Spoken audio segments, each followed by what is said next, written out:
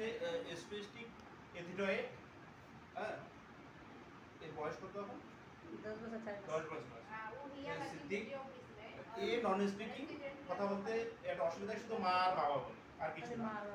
এও হচ্ছে এইসি বোর্ড, আচ্ছা অল্টারনেটিভ অ্যাকুয়েন্টিক কমিউনিকেশনের মাধ্যমে এর একটা কমিউনিকেশন গ্রো করা যাবে, ডেভেলপ করা যাবে। ঠিক আছে, এই চলছে দেখো, চলো চলো একটু কোনোরকমে হাঁটতে পারছে, থেরাপি দিয়ে অনেকটা এর উন্নত হয়েছে। এইখানে সপ্তাহে একদিন আসে, আর রেগুলার মা ও বাবা বাড়িতে প্র্যাকটিস করায়। স্কুলে যায়, সরকারি স্কুলে পড়ে, ক্লাস 3, ক্লাস 4।